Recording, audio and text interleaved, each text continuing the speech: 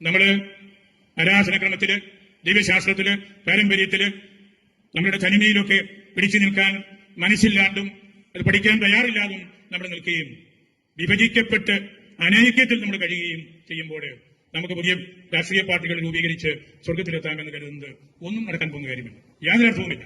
ആദ്യം നമ്മളുടെ സഭയ്ക്കുള്ളിലെ അകൽച്ചകൾ മാറട്ടെ. അപ്പോൾ ഞാൻ പറയുന്നു, ഏത് രാഷ്ട്രീയ പാർട്ടിയും നമ്മളെ അന്വേഷിച്ചു വരും. നമുക്ക് ഐക്യത്തിൽ നിൽക്കാൻ സാധിച്ചാല്, ഒറ്റക്കെട്ടായിട്ട് നിൽക്കാൻ സാധിച്ചാല്, കോർ ഊനം എന്ന് ലത്തീനിൽ പറയുള്ളൂ, ഒരേ ഹൃദയത്തോടെ നിൽക്കാൻ സാധിച്ചാൽ, ഊന ഓച്ചെ, ഒറ്റ സ്വരത്തിൽ ഈ സമുദായത്തിന്റെ ആവശ്യങ്ങൾ പറയാൻ സാധിച്ചാൽ ആരും നമ്മളെ ഭീഷണിപ്പെടുത്തുകയില്ല.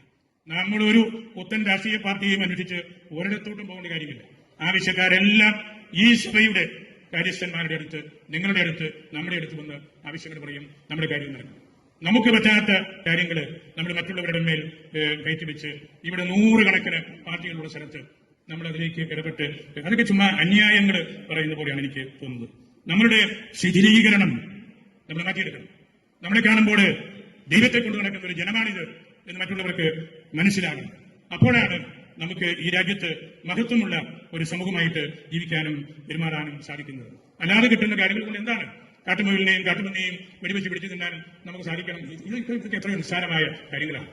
നമുക്ക് കണ്ടെത്തേണ്ട ഈശോയിലുള്ള ഐക്യം, സഭയിലുള്ള ഐക്യം, ഈ നസ്രാണി സമൂഹത്തിന്റെ ആ കരുത്ത് നമ്മൾ പുനഃപ്രതിഷ്ഠിക്കേണ്ടതുണ്ട്. അതിന് നമ്മൾ ഓരോരുത്തരും നമ്മൾ തയ്യാറാകണം. അപ്പോഴാണ് നമുക്ക് ഈ വിശാല ലോകത്തില് ഈ നേഷൻ ഇന്ത്യ എന്ന ആ ഒരു വലിയ ഒഴുക്കിൽ, ആ ഒരു വിസ്താരത്തിൽ നമ്മളുടെ സാന്നിധ്യം ഉണ്ടാകുന്നത്. വെറുതെ പൊളിറ്റിക്കൽ ജിംനാറ്റിക്സ് കൊണ്ട് ഒന്നും നടക്കാൻ പോകുന്നില്ല. ഒന്നും വെറുതെ ഇങ്ങനെ നമ്മൾ ഓരോ കുറുക്കുവഴികൾ പറയുന്നു എന്ന് മാത്രമേ ഉള്ളൂ. പൊളിറ്റിക്കൽ ജിംനിക്സ് എപ്പോഴും നമ്മുടെ വഴി കുത്തിച്ചിട്ടേ വെറും ജിംനിക്സാണ്. കരുത്തുള്ള സമുദായമായിട്ട് നമ്മൾ മാറട്ടെ. അതിനുവേണ്ടി നമ്മൾ സംസാരിക്കണം. അപ്പോൾ ഈ ഭാരതത്തിൽ നമ്മളുടെ കൃത്യമായ സ്ഥാനവും മഹത്വവും നമുക്ക് കണ്ടെത്താൻ സാധിക്കും.